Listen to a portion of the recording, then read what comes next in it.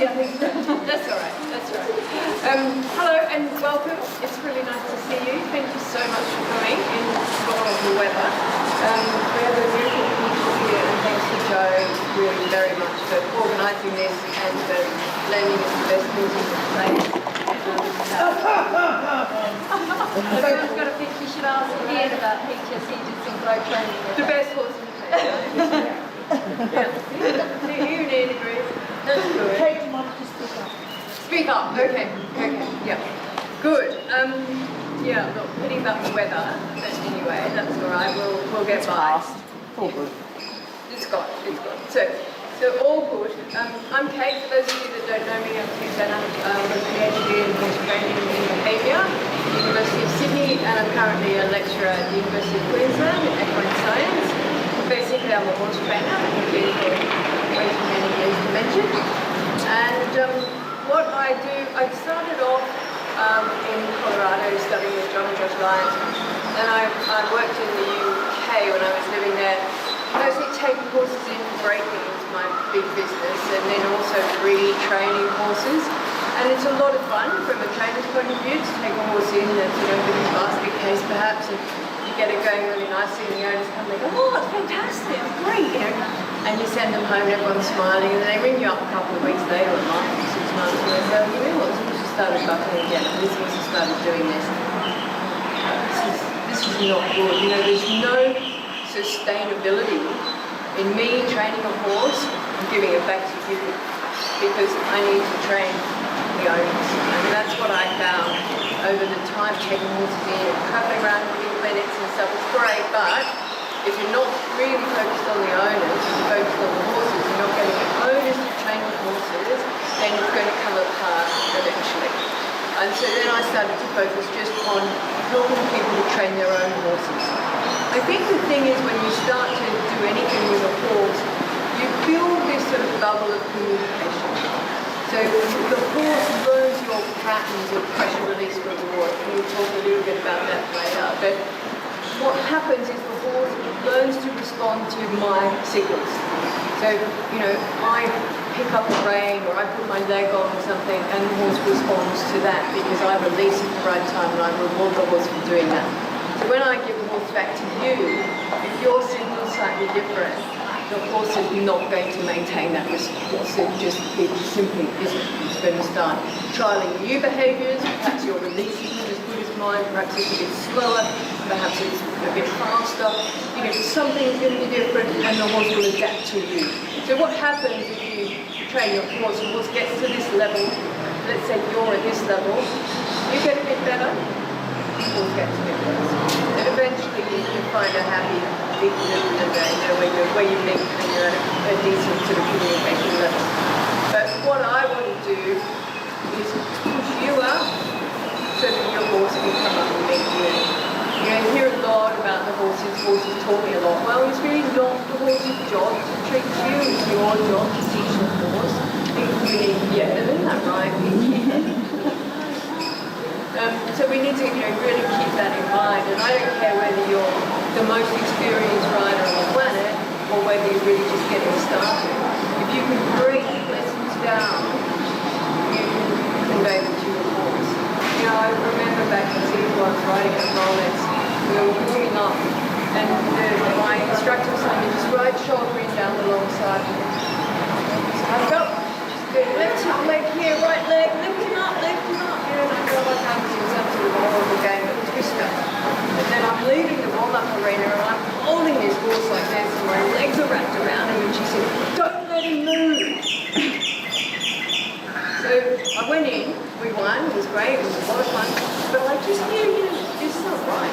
This is not right. The horse should be relaxed. We need to start with relaxation and then move to performance and keep that relaxation. And so that's what it's all about. I think we often overcomplicate things.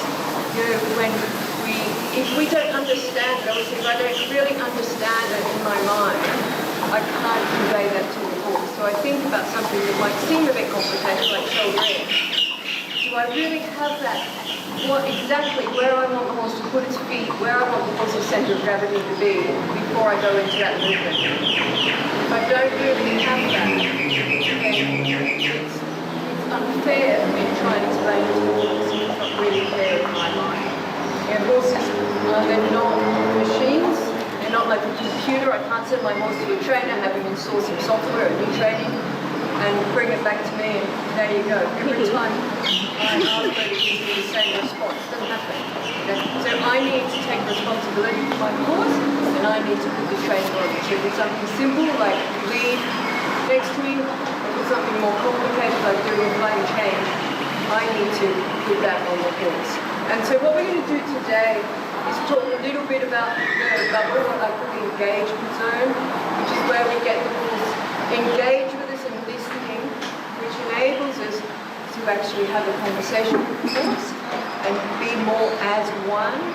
That also, if you've got a horse that shies, how many horses that shine? Excellent. Yes. But if you, Pardon? Yeah. one of the big problems with horses, or one of the big reasons horses shine, is that they're just not engaged with the rider. So what we want to do, I call it the bubble of communication, and I imagine a bubble around the horse. You know, I picture that when I'm riding, I picture that when I'm working with the horse all the time.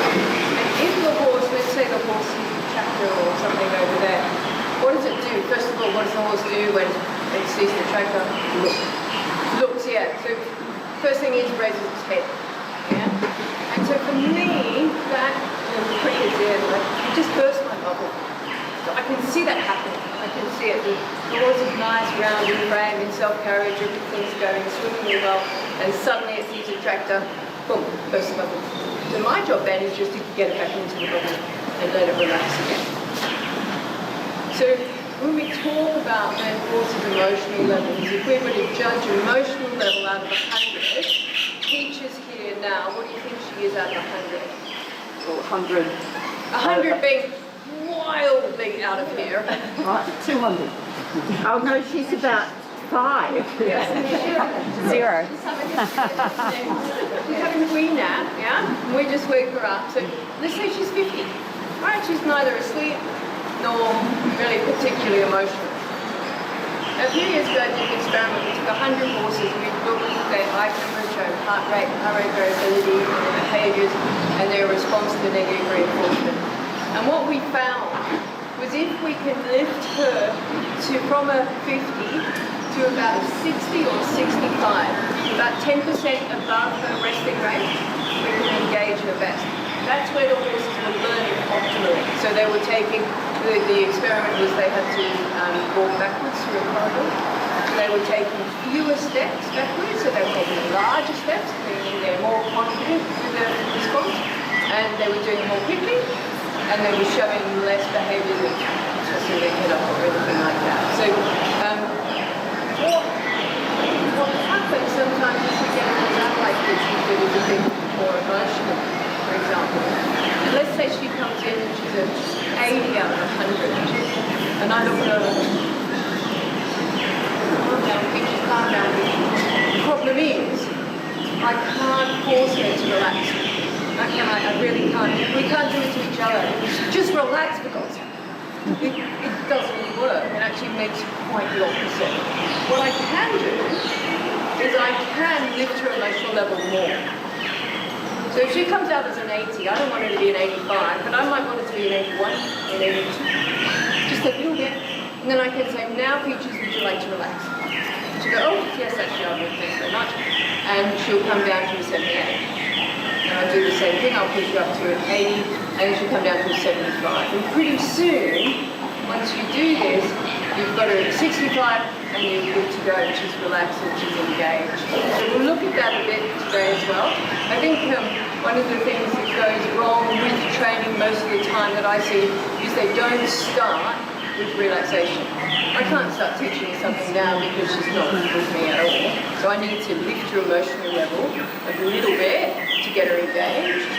But if she's an 80 and she's going around like a kite, well, I might do it because it's a pointless to start the lesson.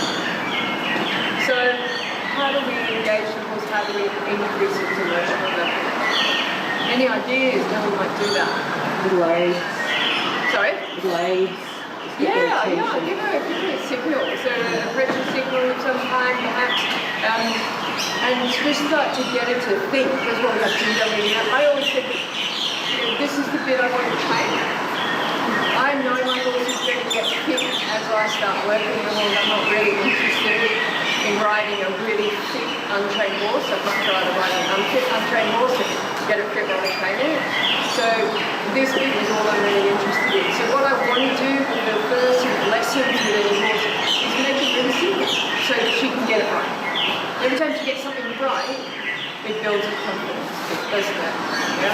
So I can get it to lift her emotional level by getting it to move, getting it to move something. And I'm going to do that by using a pressure cue. A lot of people, especially these days,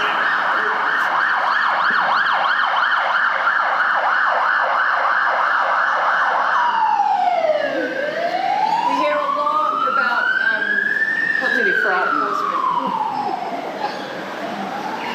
That's a negative reinforcement, right? That siren is a negative reinforcement because it makes you do something, and when you do that, it goes away, right? So if you're driving and you hear that coming, you pull over, it goes past and it's gone, you've done the right thing, and off you go again. So it's quite a good negative reinforcement use.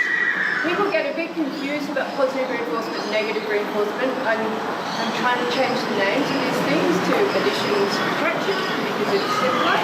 But really, we use combined reinforcements. We use some positive, we use some negative together. It's very rare, very difficult to use just one or the other.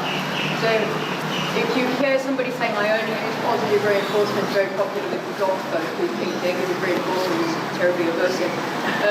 But you'll see them standing there with their dog on the lead saying, oh, I only use positive reinforcement. Oh, hang on a minute, what's the lead doing on your dog? You'll see someone with riding the horse and go, oh, only use positive reinforcement. Get off the horse, get the horse off quick. The problem with saying that, for me, is that if you don't know you're using pressure as a negative reinforcement, pressure release, and you don't know when to release it, my proximity to her is pressure.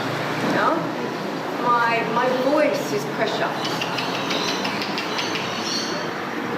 I just got it to look at me, it's pressure. So is this.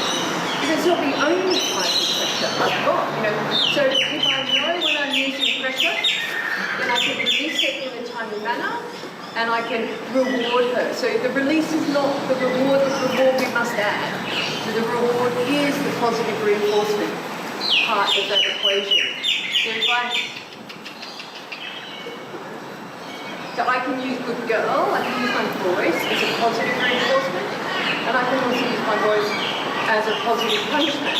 Like that, it's adding something positive to punishment because I don't want her to do that in the future.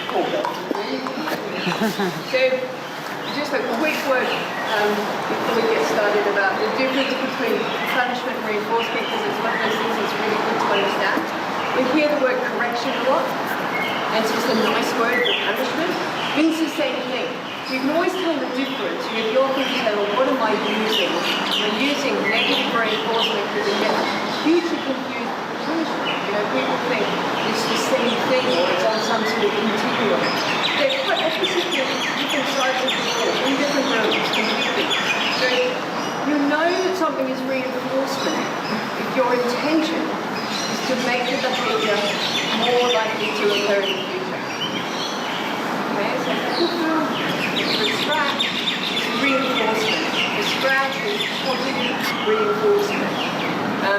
The pressure on the brain here is negative reinforcement. I release it, so I took it away. Punishment is whatever you do that when you want to make the behavior less likely to occur in the future. Okay, so she does something wrong and I give her a slap with the whip. That's punishment. And I'm hoping that she's going to say, oh, I kicked out and then I got hit with the whip. So I know next time I kick out, I'm going to get hit with the whip. Does teachers know that? I don't know. We don't know, do we? We don't know what they're sort of, how they can conceptualize it in the future. Which makes punishment a difficult thing to use.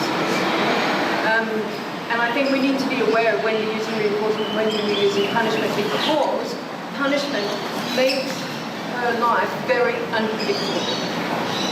Because we have to make the assumption, let's say she bites, I'm riding along, talking swimmingly, and she just bites out of nowhere. You know, I'd give her a big kick, or a slap with a whip, I could blow raspberries out, or whatever I want, but they're all positive punishment. Unless I bring her back to the stable and don't give her dinner. That's negative punishment because I've taken the dinner away. But I'm trying to show her that I don't want her to butt next time, right?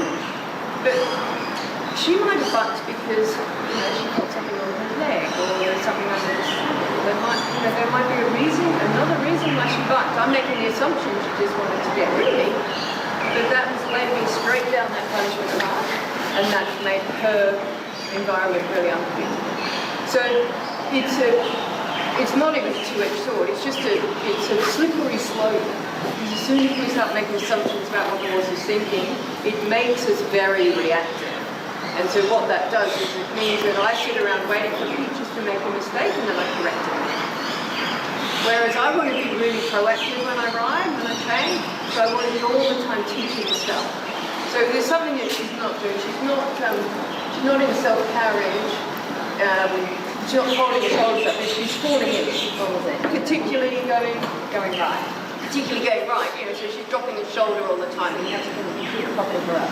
You keep propping her up, don't you? Yeah, you do this. You put your leg on or something. Okay. So you correct it. Yeah. So you correct it. So does Peaches know she's dropping her shoulder? That's really bad news. She just wants to get there faster, probably. Yeah. We'll just go this way.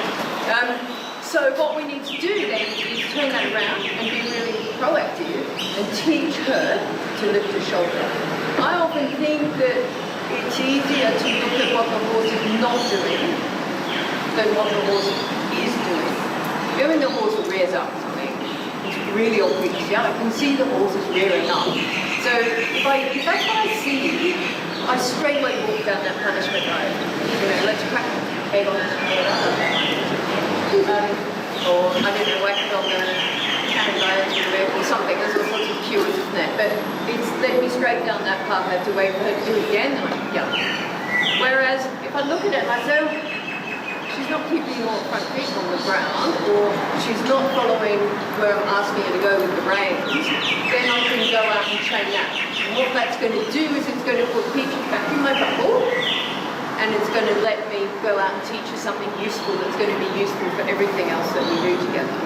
So that's the approach I want to take. So trying to avoid focusing on what they're doing wrong and focus on what they're not doing. So we're going to look at her shoulder control, basically. I talked earlier about getting the horse into the bubble of communication, into the engagement zone, and I said that I need to lift her emotional level to do that. So what I want to teach her is self-carriage as well, so that I don't have to carry around. I wanted to teach her to just be in a nice soft frame, be relaxed, and I wanted to carry herself.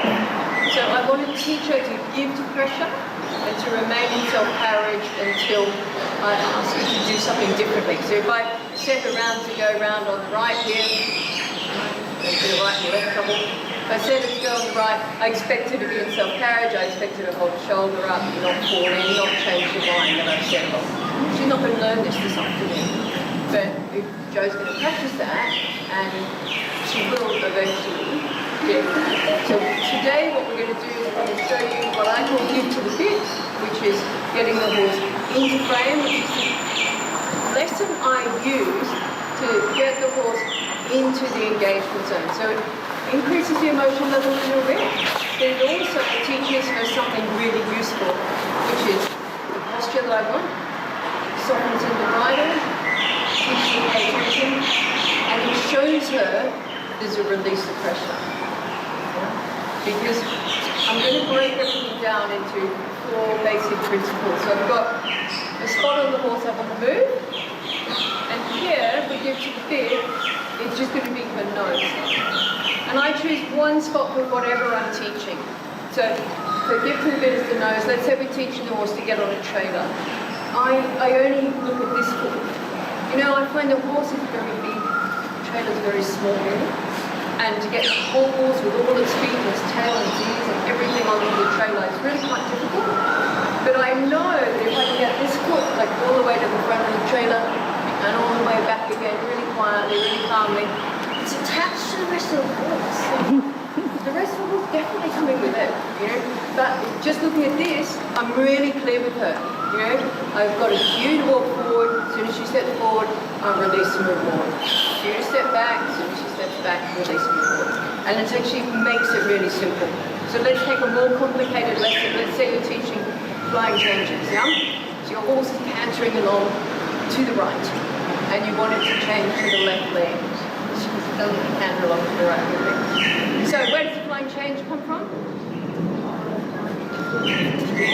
How often do you see people throw the shoulders over, horse changes in front and not behind? Yeah, that's so much. So I know all I need to do, these are my hind legs, all I need to do is I need to move the left hind, the new inside leg, forward and further underneath the horse. So I need to engage the left hind. So that's all I need to do. I'm just going to give her a cue to move that leg forward and underneath her, and that flying change will come really easily. I'm going to set it to a really good pattern as well. So again, it's really easy, really simple for the horse. So we're going to start all this by doing the give to bit work. So the spot, the direction is going to be down and in towards the chest, so it's just a nice soft frame. The motivator, here I'm going to use a bit of brain pressure. I'm going to try and keep my hand as close to the angle as it's going to be when I'm riding as I can. Simply because if I pull a head down, or if I teach something from out here, I can't do that when I'm riding. So it adds another step to her learning. So if I can keep my hand back here, and this is when you realise that ponies are so much nicer to train. Then it's going to be more simple for her when I get on board and transfer it on board. So that's my motivator, is the pressure. The pressure comes with the release. As soon as she moves, I'm going to release it. I'm not going to throw it all away and go and have a picnic. I'm going to just release it like that so I can pick it up again. So she's not going to learn this today. She's going to get an idea today. But I'm going to keep my other hand up here and I'm going to give her a scratch as a positive reinforcement like this. So they have found, we haven't found much out of science, but they have found that this actually lowers heart rate. So that's pretty cool. So that's going to help with my keeping her relaxed. That lowers her heart rate. The other thing that it does is it's really predictable, isn't it? It's really predictable. Spot, motivator, spot direction, motivator, and reward. So every time she feels a new pressure, she's going to know that she has to move something in order to get the release of reward. So once you start teaching like this, with anything that you want to teach, you try to learn flying changes, whatever it is, spot, direction, motivator, reward, the horse gets really confident with new stuff. You know, if you've ever ridden a horse that every time you try and teach her something new, I had one that I taught her here quite early on, which was sort of stupid. And she was a little bit anxious. And every time I tried to teach something new, that was the first thing she threw in. Oh, it's people. She goes, we'll do this for a minute. So they develop a shopping list of stuff that they could possibly respond to. Unfortunately, we often inadvertently throw in stuff that we don't really want. You know, when the horse goes up and we fall like that, release reward, great. So we've just thrown in that. You know, we have to be careful about what we teach. Teaching rearing, I've taught her 2 horses to rear. The first one, I did it in Colorado because Josh Lyons' horse reared, and I thought that was really cute. They were like, that's no good. So I taught my polo pony to rear, and it took me 45 minutes, but I thought this was really cool because it was really high. And I thought that was great. But every time the next day I walked past Josh Lyons, he would cue it from the ground. So the second time I thought, I was going to a demonstration in Canberra and I thought, I'll do it. I had this little Palomino quarter horse stallion, it was really cute. And I thought, I'll teach him to rear because that'd be nice at the end of the demo. I can say, look, it's shoulder elevation or something. And so I used exactly the same lesson, the same spot, motivated direction, reward. No, I didn't. I changed the spot. But the second time I taught it, by changing the spot, it took me 3 minutes. So I eliminated 42 minutes of training by changing the spot. So the first time I was looking for both front feet to just come off the ground a little bit. The second time I taught it, again, same signal, same cue, same motivator, I was looking for the tip of the ear. When the tip of the ear went up a centimetre or up at all, I released. And in 3 minutes, he's up here and I'm going, oh my camera, where's my camera? And it was just way too. And when I'm looking at him, I'm thinking, this was really stupid. And of course it was, because I went up the next day to do the demo, right? And every time he sort of, oh yeah, maybe that's not right. Can we do that? No.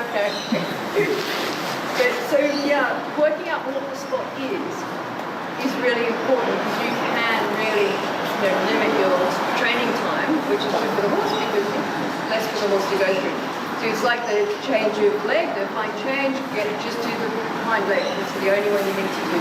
And if you think about horse rearing, the first thing it's got to do is lift its head. You can't rear without lifting its head. So that's the first thing. So every time you whack your horse on the nose for biting you or anything like that, every time you train your horse to chuck its head up, just remember, 3 minutes. But it's worth thinking about that. So, thanks for our lesson. So I don't want it to come straight into a perfect frame. I just wanted to respond to this little bit of pressure that I'm putting on. I'm going to increase the pressure if I think that she's really not engaged enough. So it's a funny environment. If you bring a horse who's never been here before, you might have to use quite a bit of pressure just to get them engaged. Whereas she's working, so there's not so much that's terribly interesting.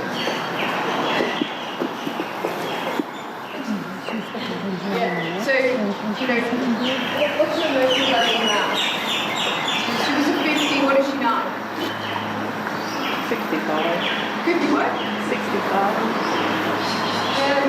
She's not much, is she? So I need a bit more. So I'm going to get her to walk. Yeah? Then as soon as I move her feet, then I get a bit more motion. But she's so slow.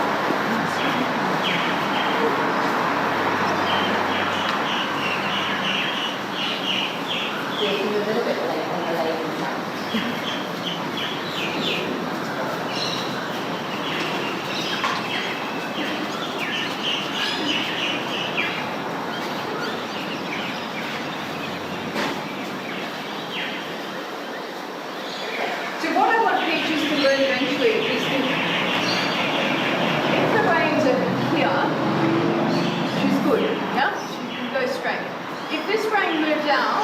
I want her, like a puppet, to step out that way. If I'm on her right side, she'll bend right, so she can step right like that. Also, if I'm on the right side, she can bend right. If the rein touches her neck, I want her to step that way. And this is how we're going to elevate her shoulder. Okay? This is an exercise I call reverse arc, so this is going to really help her when she's falling in on the circle. So rather than having to change anything else, all you're going to need to do is just lift that rein slightly onto her neck and over here, and she's going to just step out with her shoulder, but she's going to keep her inside bend and everything else stays the same. She can't do this without elevating her shoulder, which can be fun. So what that does is that gives us control of the front half of the horse, and so then we can take control of the back half later. So what I try and do, because she naturally carries 60% of her weight, here, naturally carries 60% of the weight down, and then we go and sit on the shoulder, and we say, now bitches, would you just elevate your shoulders and put your hindquarters underneath your chest? Oh no, I can't actually.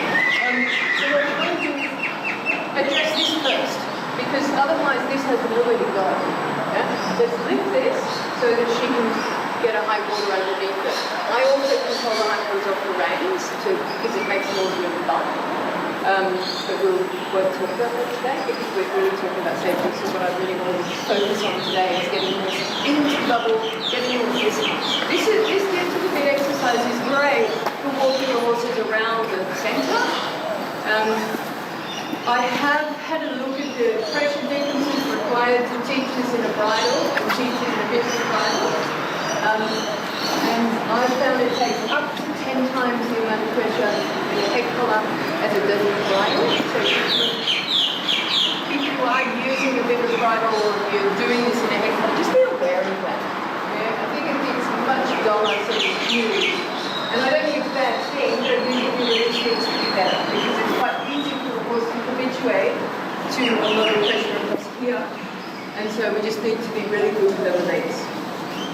So now that she's moving around, I'm going to start just asking for a little reverse arch. You see how it's spraying on the neck? And then you just walk into a little bit. You can imagine a clock under her chest, and if she's turning left like this, she's basically stepping with this left front, because that's the only foot I'm looking at. This left front to about 11 o'clock, maybe 10:30 if I open it a bit more. Do you all see the clock? Yeah, okay. If I put the rein on her neck, I can get her to step there at 11:30. And that's good, because that's better than 11 o'clock, so that's a good start. I'm going to shape that behaviour as we go along. I'm not going to take it to step 2 o'clock this afternoon. But I'm sure Joe will have to doing that for a little bit. We'll come back. Come back. So she's pushing the leg across, so it's And you can crossing. see how this, could be easy So to straight practice across him. when you're walking around the centre with your horse, And take that 20 minutes when you take the horse to the floor. You actually engage with the brain and do something, get off the bone and actually do something with the horse. It's going to be so useful when you're riding. So you're suggesting to put permanent bridle for the laps around? Yeah, I would teach kids, Because you can do just on this one rein. You see I'm not holding the outside rein at all. So I'm just talking to this foot. I just want to bend left, and I just want to start to move this foot around. The other side.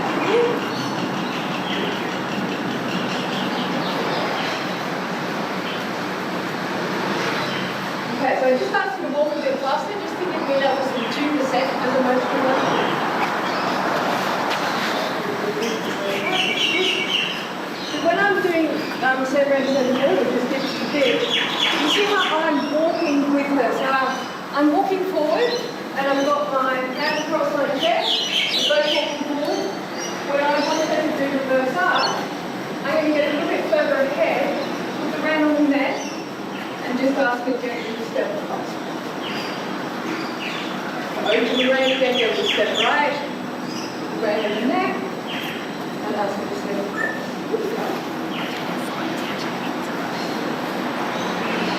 So when you're asking her to step right, Kate, she's still maintaining, she's sort of just moving her body, she's not pushing her leg Yeah, so she's moving the whole horse to the left, isn't she? Yeah. That's a really interesting story, Nikki. Because I'm only talking to her right front foot, and this is the side that she has the quarter in problem on. So I'm only talking to this one foot. All right, she's moving the whole horse to the left. And that's what happens when you start increasing the amount of stepping to the left that we get.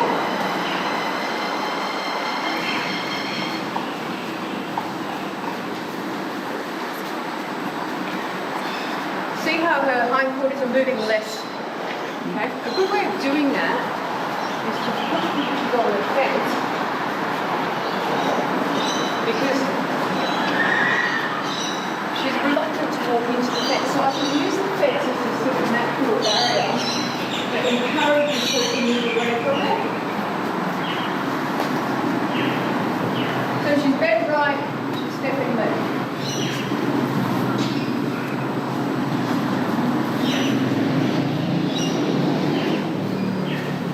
When you're working them on the ground like this, it's a good idea to stop and change sides quite a lot.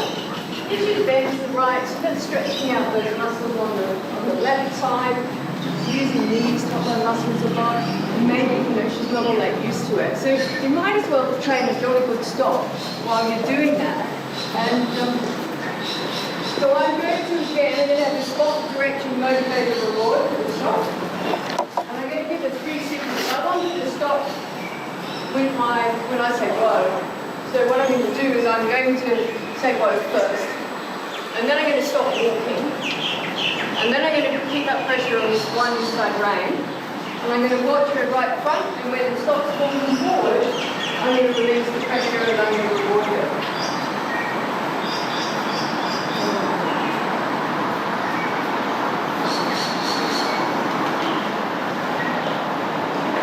Okay, you see she moved the hind quarters, disengaged the hind quarters a bit. I don't care about that because I'm not looking at those feet, I was just looking at this foot. And I don't care if it swivells around, I just want to just stop stepping forward and then I want to release the rein until she's great.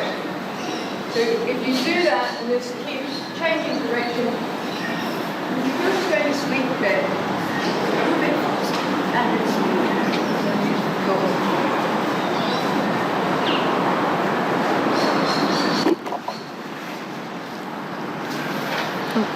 Am I knocking it? Yes, probably.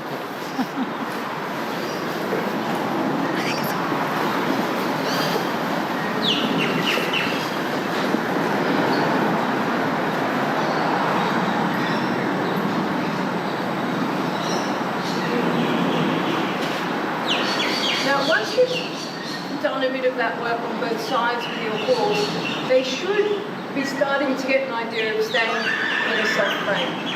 What I like to do then is double lunge them. The terminology.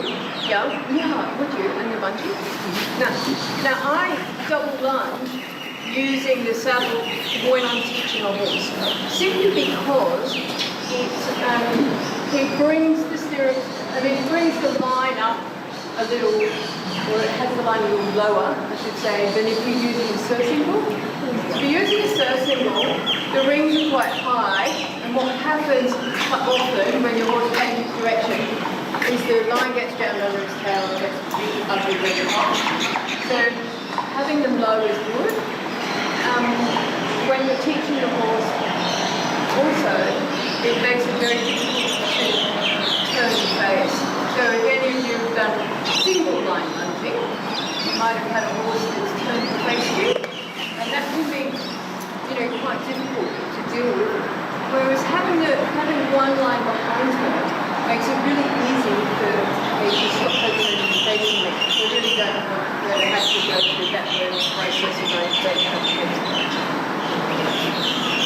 I think this is a really useful tool, and I think particularly in a situation like this, I say to people, when they say, your horse is ready to ride, and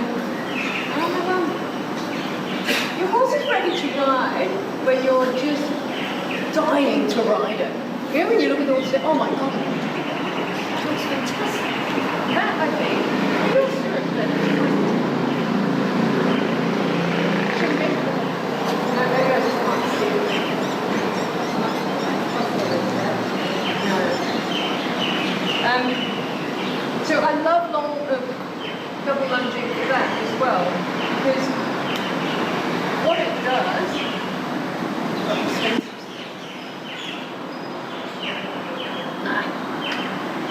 does, is it shows me the horse, and when I can see the horse walk, trot, canter, go through all the transitions without changing posture, I go, I want to ride that.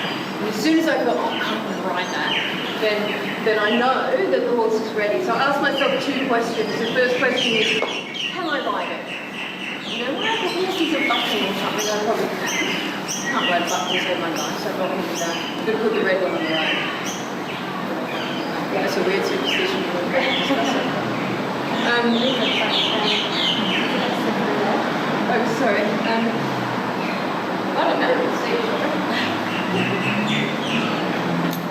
Yeah, so I ask myself, can I ride it?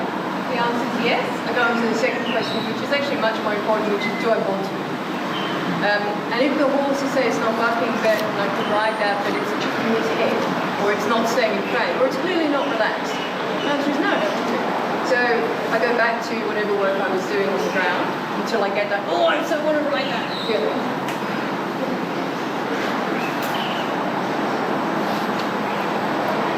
This is the way you should always pack up your horse, and just stand in there and throw all the stuff on the ground.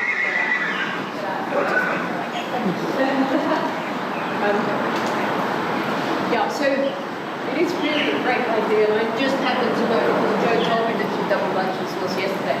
So I know that she's already been habituated to having the ropes around behind her. So that's good. If your horse hasn't been, then there's quite a bit of work to do to get the horse ready for this. Don't just go out.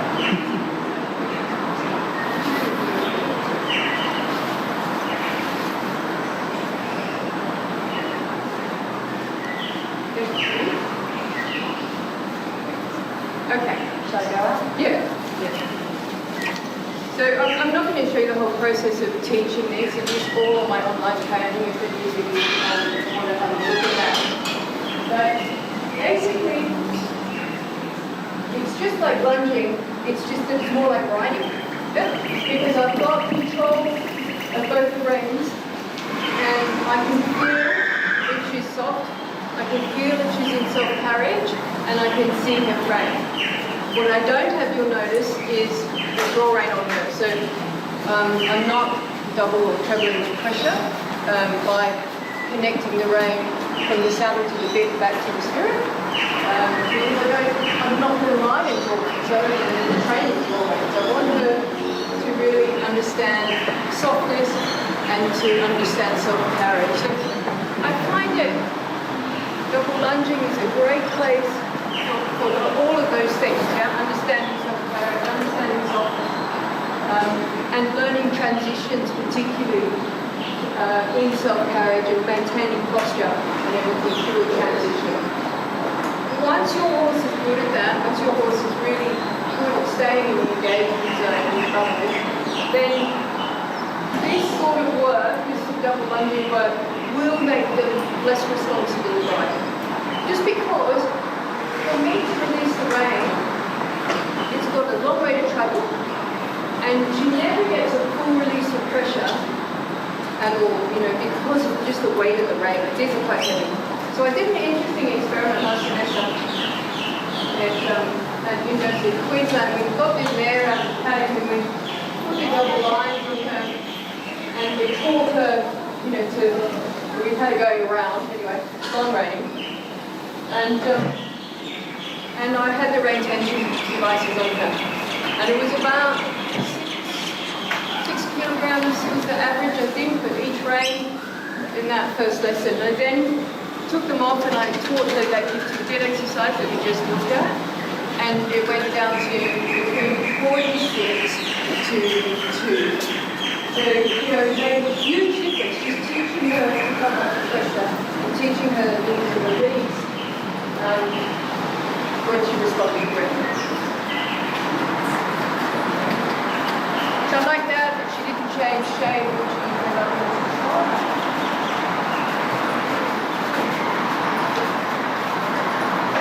Good. I'm just asking her with a little bit of inside rein just to drop her head a little bit. So I want to see if she's got a nice neck. I want to see that line down the middle of her neck, just to show me that she's not jamming at me.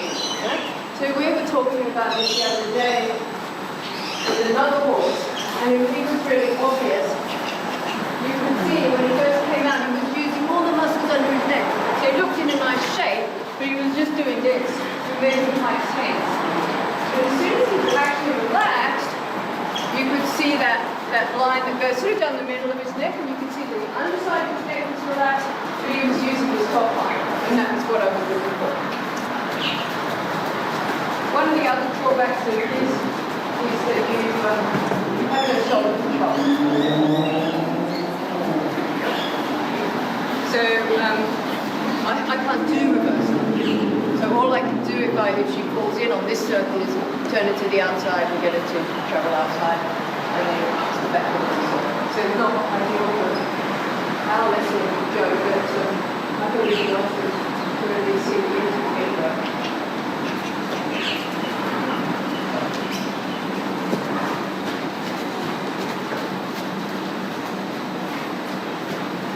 So I think it's important that she maintains the frame throughout the transitions.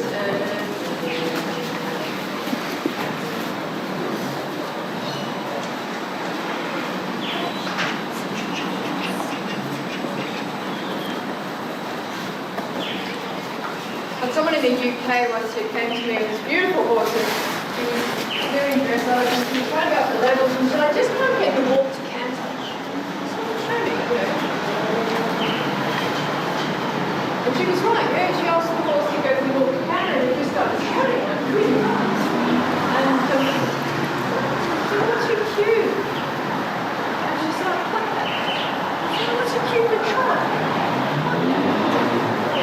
Maybe that's all it is, maybe you just need a better verbal cue. So we called it a kiss for counter. And then what you call it just wasn't quite understanding what you wanted. I think that's really important, is to make sure that you have really clear cues for your horse. And stop doing it once she trots or once she canters. Be quiet there. And that's the link to do the voice of pressure. I want him to trot faster, I'm going to pluck out a little. Good. Quite like that, I'm going to do.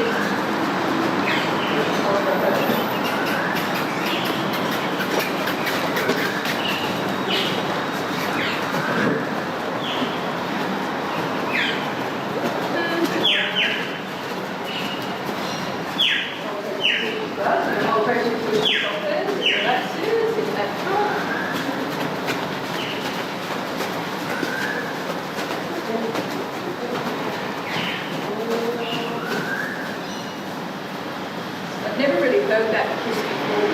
When I went to Colorado to study with Josh Lyons, he uses the kiss for movement rather like we would have liked. Which is the funniest thing. So this cowboy is spending the entire day around thinking,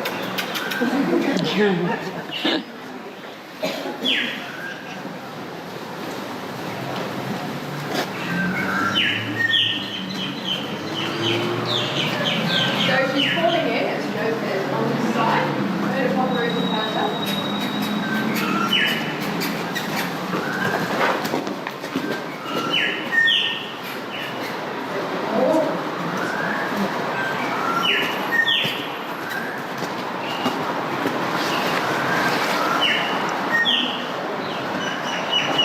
Hold that pressure until she relaxes.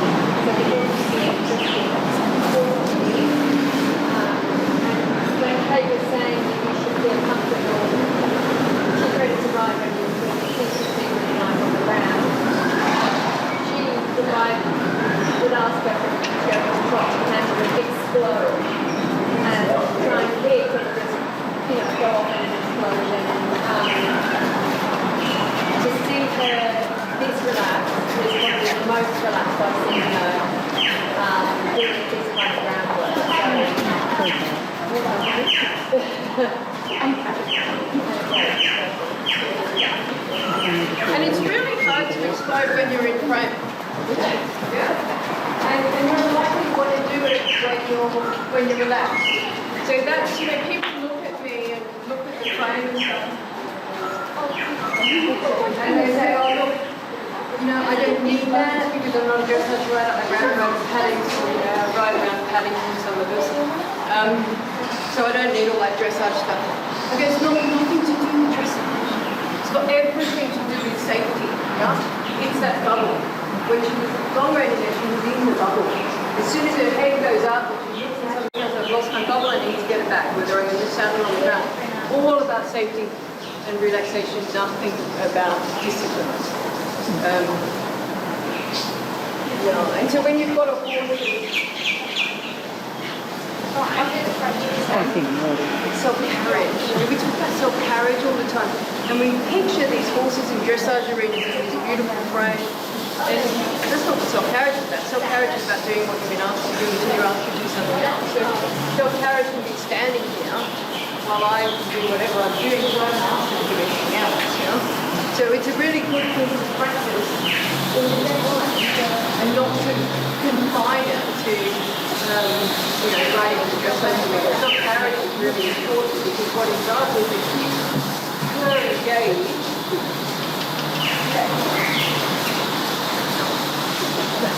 Keeps so engaged in my bubble, even if I'm not necessarily doing something with her.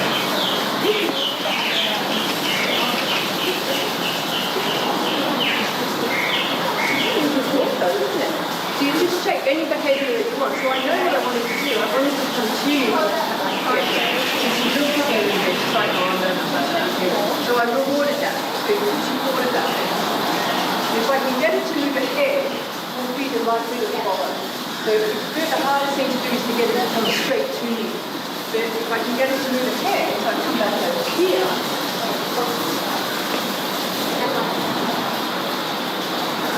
There was an interesting study that they did in Colorado recently. You know, you did around and everyone thinks, oh, let's run them around and do turns and all that sort of stuff. So I used to teach around and it was a lot of fun. But you know, it's really, really hard not to chase a horse in a round pen. As soon as you chase a horse, you just, you know, ruin the relationship really, haven't you? Very like to be chased. So I really stopped teaching it pretty much. But it is a great place for teaching simple little things like turn the page, moves, and it's a great place for teaching horse to double run because you don't have to worry about direction. You know, if you teach a horse to do that in a big arena or something, you've got lots of choices. Here it's got very few choices, so it's a much easier place to teach things like that. And I was going to say something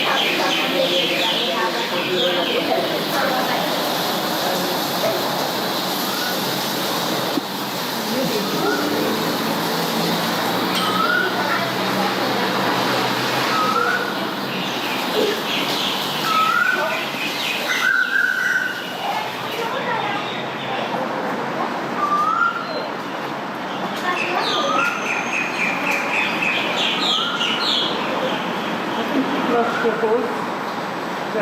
Sorry? I think you've lost your voice. Lost your voice. Yeah, a lot of people say, oh, well, look at her, she looks huge. She's got like a person. So,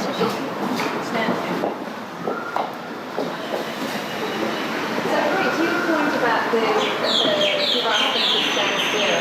Yeah. And giraffes to stay still. But if they don't and they start walking off, how would you teach? Well, okay, that's a good question. So if you, let's say you teach your dog to sit and stay, is there something unnecessary there? Yeah, stay. You don't need to tell it to stay, right? You taught it to sit. Until you tell it something else, it should stay sitting.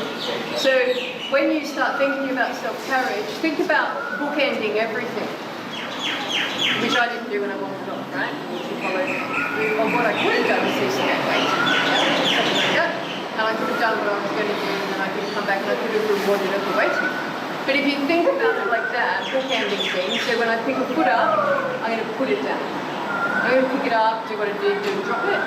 I'm going to place it down on the ground so she knows she doesn't need to hold it up anymore.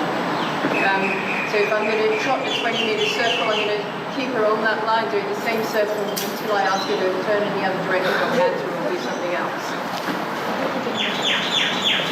It's going to be inconvenient. That's okay.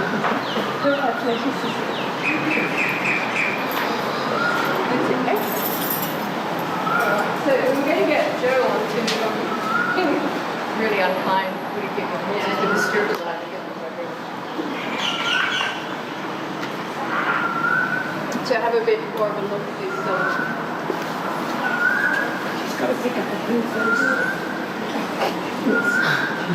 She'll be accountable. On the film. She'll be booted out tomorrow. Yeah, she'll get a dirty letter. Really?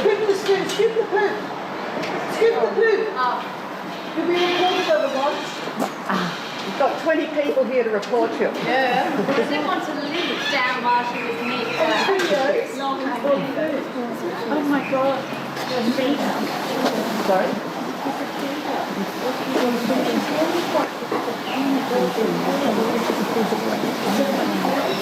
Oh, I wonder what was going on there. It's just like, well, there's a where'd you go shopping?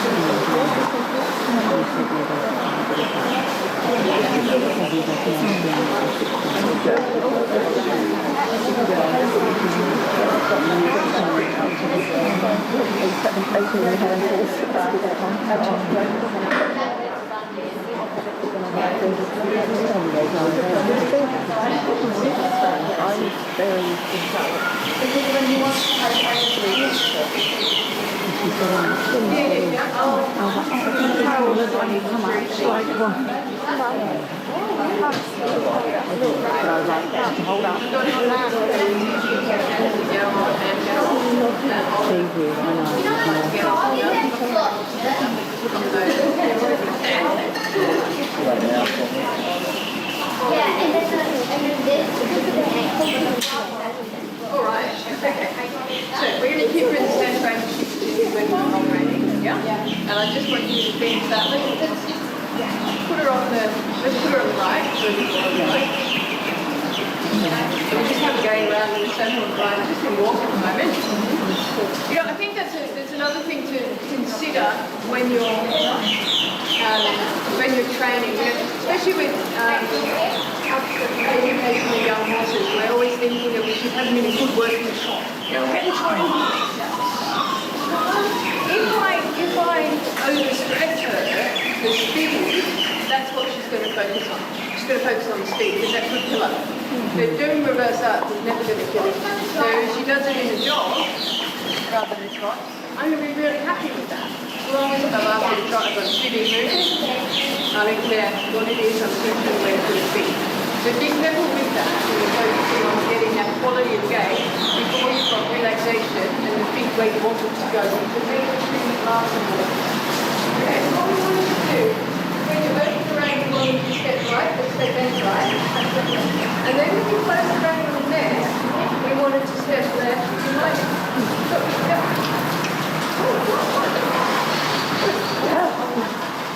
okay. Yeah, did you feel it smooth? Yes, I did. It's really serious. Now, the main thing about being a puppet, you get your right rein on the neck on the right side, you want to move the outside rein so that puts us under the gut. Yeah, maybe. That's it. So what we want is for her to respond to the touch of the rein on the neck. So she feels it on the neck and she moves. So what we're going to do is make that the first cue. So that's the first thing she feels. And then you pick up the inside remember you want to touch on the outside rein when we're talking. So when you're going around to the right, you stay dead right. We'll change direction to do the other side. But let's keep it right. So otherwise it gets to be confusing. But a good exercise for anyone here that rides in the park, you know, it's a very long, sort of narrow track, but you can do reverse arc serpentines like this. So you could bend it left like that and move right, you could bend it right and move it left. If you find that she's not responding to that reverse arc,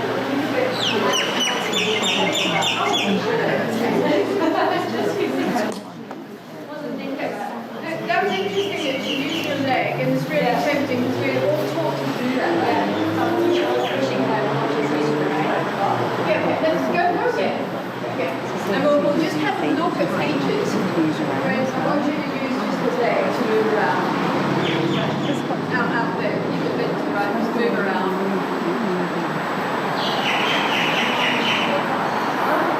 And okay, and again, move around with the leg. So she's not responding to either thing. Now, what I'm trying to point out is that A, they habituate really easily to leg, so you have to use more and more and more, and then eventually you just have to get spurs. And B, mares particularly hate it. You know, they squish their tails a lot. So I try and keep both legs go forward, until I do lateral work, which one leg means whole horse, move that way. But I've already got that control off the reins, hind quarter control off the reins, so it's the legs and back up. But I really try and minimize the use of leg because I know how much they habituate to it and I know how much it upsets them. I've done a lot of Western riding where they've got all sorts of leg kicks all up the horse and stuff. So I'm not using the leg at all now, she is the other.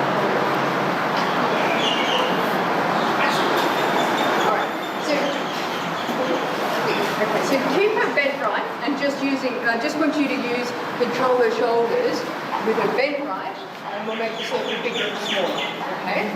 So make the circle smaller. Yeah, but opening this right a bit, yeah. Now when you push around on the neck, open the other one, so move it up to that support. Okay, so if you're having a bit of trouble, so she's now translating this reverse arc work to the saddle. If you're having a bit of trouble, get a friend. Right?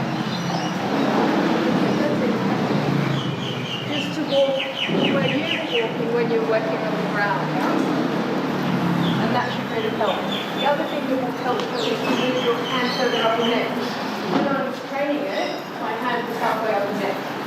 So that also helps. And, you know, I look like a turkey when I'm riding, when I'm training. I really do. I do things, I even cross the rein over the neck sometimes. And none of my horses have spontaneously combusted when they're done. But, you know, don't worry too much about these things. And don't worry too much about how you look. We're shaping your behaviour. You do whatever it takes to make it clear to peaches. Yeah, good job. Nice reward. Yeah? So do whatever you can to make it clear to peaches so that you can get lots of reward, get lots of confidence, and you can do something else.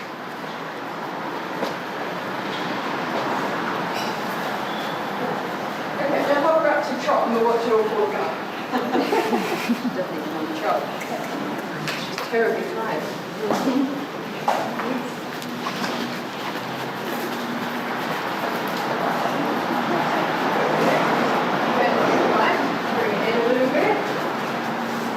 And then reverse archer to the other side.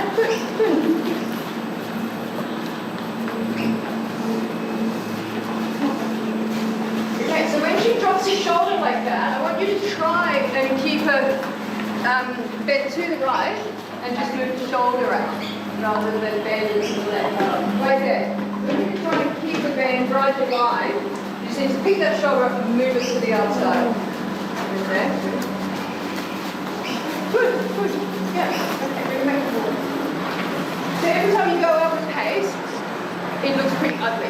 Then what happens is you walk is much better. You get back up to trot, you trot with it.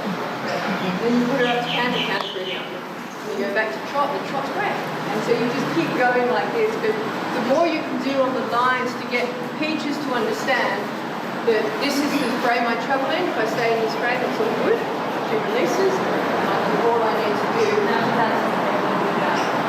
Yeah. So I would be with her, because she has this issue of falling in on the side, I would be reluctant to bend her to the outside of this circle and do that reverse up, because what you're doing then is you're teaching her to move her right shoulder to the right, which you don't really want to do at the moment. Let's just get one side so it's really clear for her.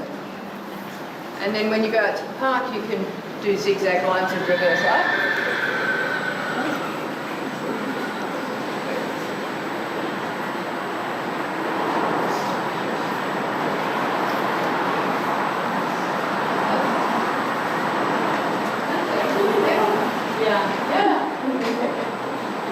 So when you're a lazy horse like this, what you really need to do is resensitize them to the cues. You know, we talk a lot about desensitizing horses, and I don't want to ride a desensitized horse. I want to ride a really sensitive horse. You know, I always think, you know, the horse's job is to do the work. My job is just to look pretty on the back of the horse. So the less work I can do, the better.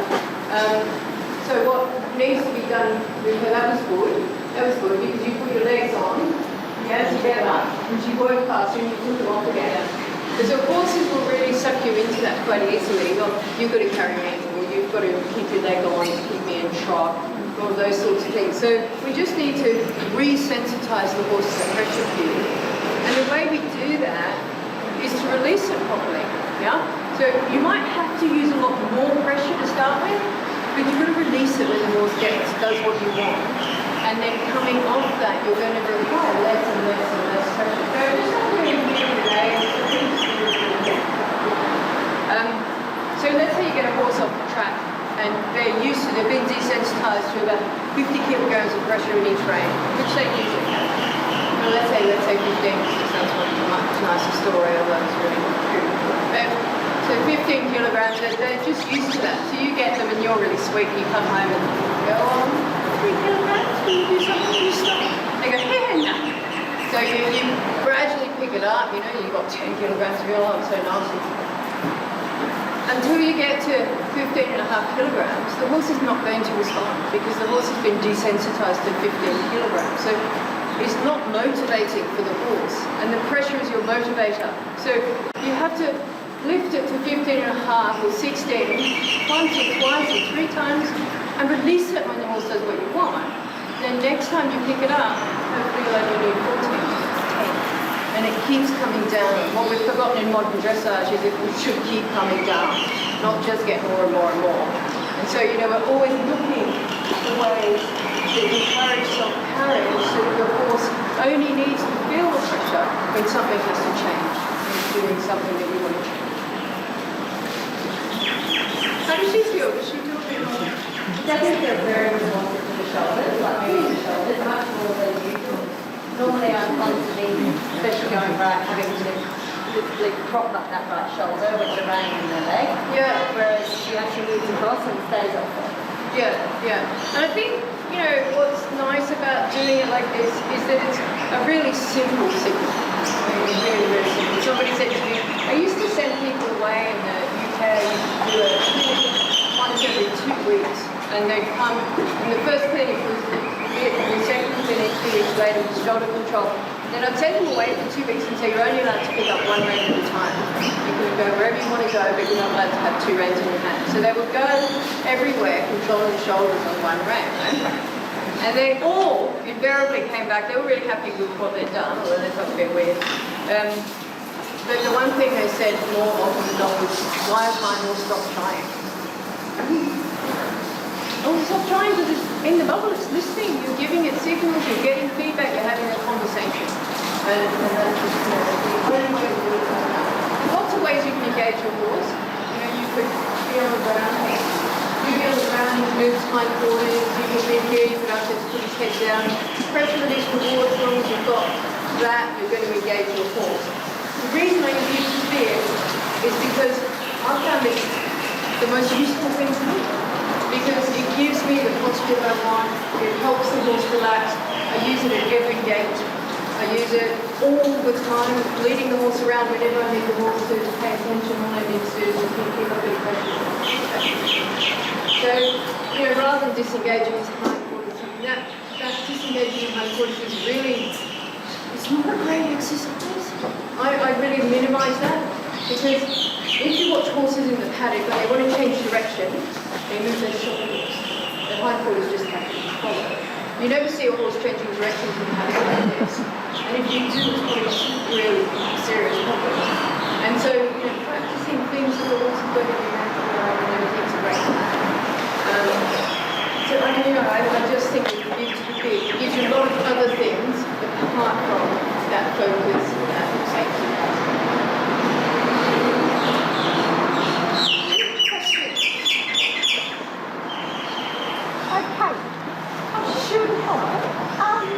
So when Joe's riding around like that, should she also have been shifting her weight in the saddle?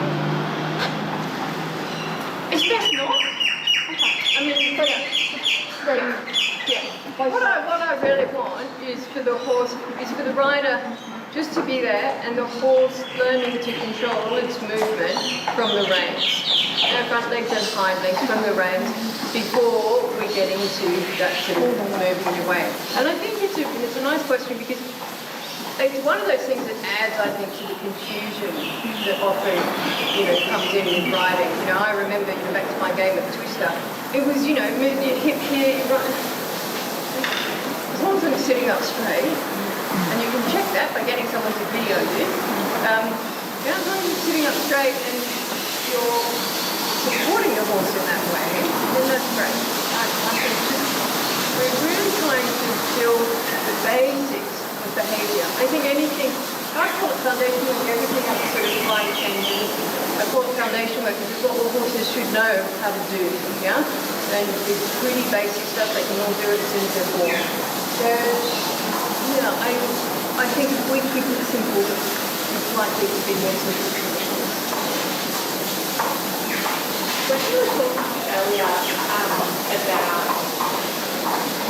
people or girls that are trying at something and you elevate the level, get it engaged or get different in what you're doing. Say you're walking the horse around and it's ready to the front going up or something like that.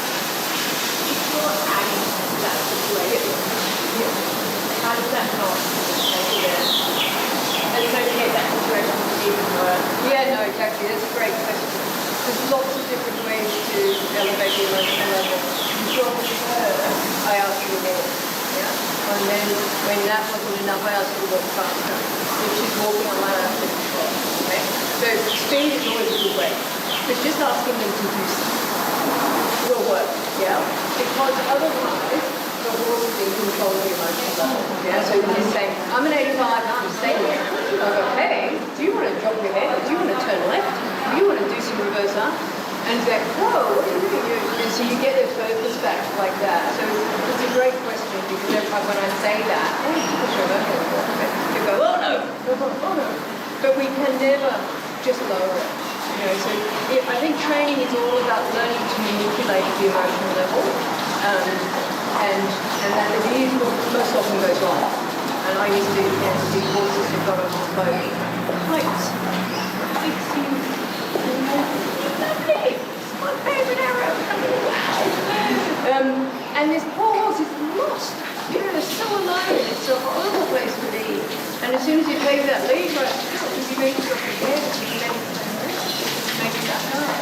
Oh, okay. And suddenly their head comes down again. But you do have to get their attention. So you have to be a good motivator. You have to be more motivating than the other. Hey, would you say, when you talk about emotional level, get their emotional level up before you bring it down, a better interpretation would be to say engagement, sort of engage them a little bit more? Yes, the scientific word is arousal level, but I just didn't want to be talking about Kate's arousal level. So, and when I first did my work, when I first got into educational science, they said, oh, you can't call it emotional level, you've got to call it arousal level. And I said, you know, I'm just not doing that. Arousal level, that's even worse. Yes. Yeah, no, it's not. Yeah, so... but it's really, what you're saying is, you're trying to get their attention back in some way. It's sort of, rather than look at that, which you're absolutely going to freak out about, it's saying, no, listen to me. It's listen to me. It's little leg, it's little hand, it's little this, it's little bit, you know, as you were saying, doing certain times. So it's it really is arousal level as measured by heart rate. Yeah. So yeah, I mean that's what's behind it, but it is engagement. It gives you engagement. You're trying to engage the horse. Yeah. Open a conversation. So if there's a parent going out to the park with a child and a pony, and whether or not that parent is horsing, because that happens quite commonly here. If something unexpected happens that spooks the pony or the pony is worried about, let's say a dog barking at them or, I don't know, a fire truck going past, or is there a step-by-step thing to do that we could advise people, give people advice on what to do in that situation to try and get the attention back of the pony? I mean, I like to actually have the pony with the hand because that's really helpful. Yes. Ponies, you know, can be difficult when you've only got kids and you know, they don't know where they're at, but it's longer and it's great. But also parents can come up with ridiculous bit because then they've got the opening of the conversation. Yeah, if I'm taking a child and a pony out there, I'd have a, you know, child on the reins, I've got the lead rope on the bridle, and I'm getting the pony to respond to something. It might be turn left, it might be do a bit of shoulder control, but I'm talking to the pony all the way there because I want to keep my bubble wherever I go with that pony. The only way to do that is to engage in the environment for building a bubble. We can long rein. Long reining is harder than working on the ground or working in the saddle because your bubble has to stretch like that. It's easy to push it through all the points. Yeah? So when you take that bubble, maybe into the back arena, yeah, there's a bit more happening in the back arena. And then you might take the bubble to the small arena, the covered arena, and then the covered arena. And then finally you take the bubble to the front. So build the bubble here. You know, don't try and build the bubble in the car. Build it here and practice moving it in and out. And that's why I say, you know, do give a little bit around here. Get the horse used to it. I don't think the horse minds if you're riding on its back or you're long reining it and you're doing work on the ground. What the horse wants to know is what the right answer is. And that's travel in frame and be attentive and stay in the engagement. And so you can practice all those things, and then when you're sitting on it, you should expect exactly the same thing. So I went on a reining horse in, I teach it long reining, it looks like this horse did. All the time it's long reining from day one. When I ride it, it looks like this horse did long reining all the time from day one. You know, I let it stick its head in the air and we go around for the first 3 years, and then I suddenly say, oh, now you're old enough to go on the bed or something. No, I'm going to be building muscles when I bring a horse in, be training or starting, whatever. I'm building muscles. So I want to build from the very beginning.